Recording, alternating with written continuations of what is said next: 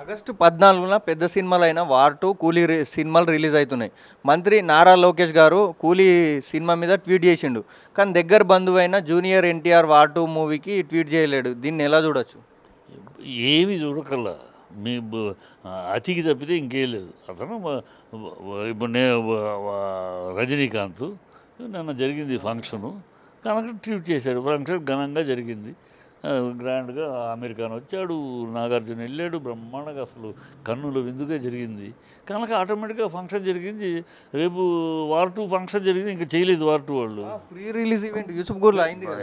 యూసుఫ్ కూడా మామూలుగా చేశారు వాళ్ళు. వాళ్ళేమి ఈ దీని లెవెల్లో ఏదో ఫస్ట్ పాన్ ఇండియా సినిమా తమిళ్లో అది ఇవాళ. ఇంతవరకు తమిళ్లో పాన్ ఇండియా సినిమా అవ్వాల.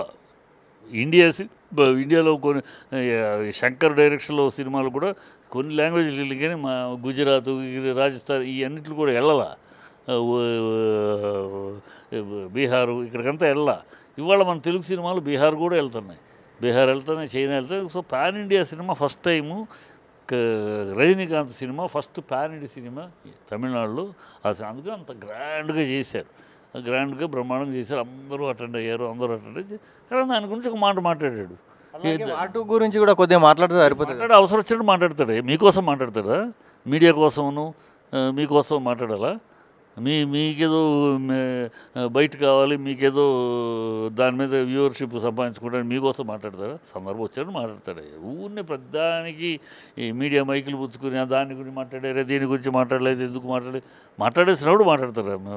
ఏ సందర్భం వచ్చినప్పుడు దాని యొక్క విషయం వచ్చినప్పుడు మాట్లాడతాడు. అది వాళ్ళల్లో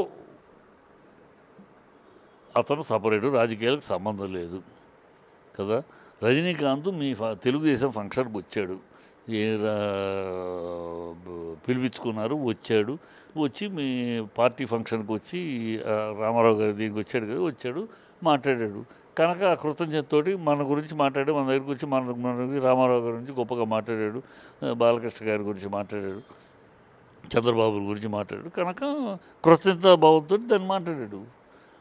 ఇతను రాజకీయాల్లో లేడు, రాజకీయాల గురించి రాలేదు, రాజకీయాల గురించి మాట్లాడలేదు, ఫంక్షన్కి వెళ్ళలేదు.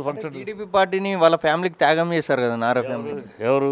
నందమూరి ఎన్టీఆర్ వాళ్ళు. ఎవరు త్యాగం చేశారు? ఇప్పుడు నారా వాళ్ళ చేతిలో ఉంది కదా టీడీపీ. త్యాగం కాదు, దోచుకున్నారు. త్యాగం అని దానికి అనవసరం బిరుదులు ఇవ్వకండి. రామారావు గారు మహనీయుడైన దేవుడు లాంటి మనిషి రామారావు గారు. ఆయన రక్త మాంసాలు ఓడ్చి, రక్తం చిందించి, రాత్రి అనక పగలనక, ఎండనక, వాననక, రోడ్డు అనక, ప్లాట్ఫామ్ అనక, రక్తాన్ని చెమటగా చిందించి పార్టీని నిర్మాణం చేస్తే అది తెలుగుదేశం పార్టీని ఇవాళ ఎన్టీఆర్ తెలుగుదేశం పార్టీని నారా తెలుగుదేశం లాక్కున్నారు, దోచుకున్నారు, దోపిడీ చేశారు. త్యాగం ఏంటి? గుడ్డు త్యాగం అవన్నీ పిచ్చి మాటలు. మళ్ళీ దానికి ఒక దుష్ట కార్యానికి, ఒక దుర్మార్గానికి గౌరవమైన బిరుదులు ఇవ్వకండి.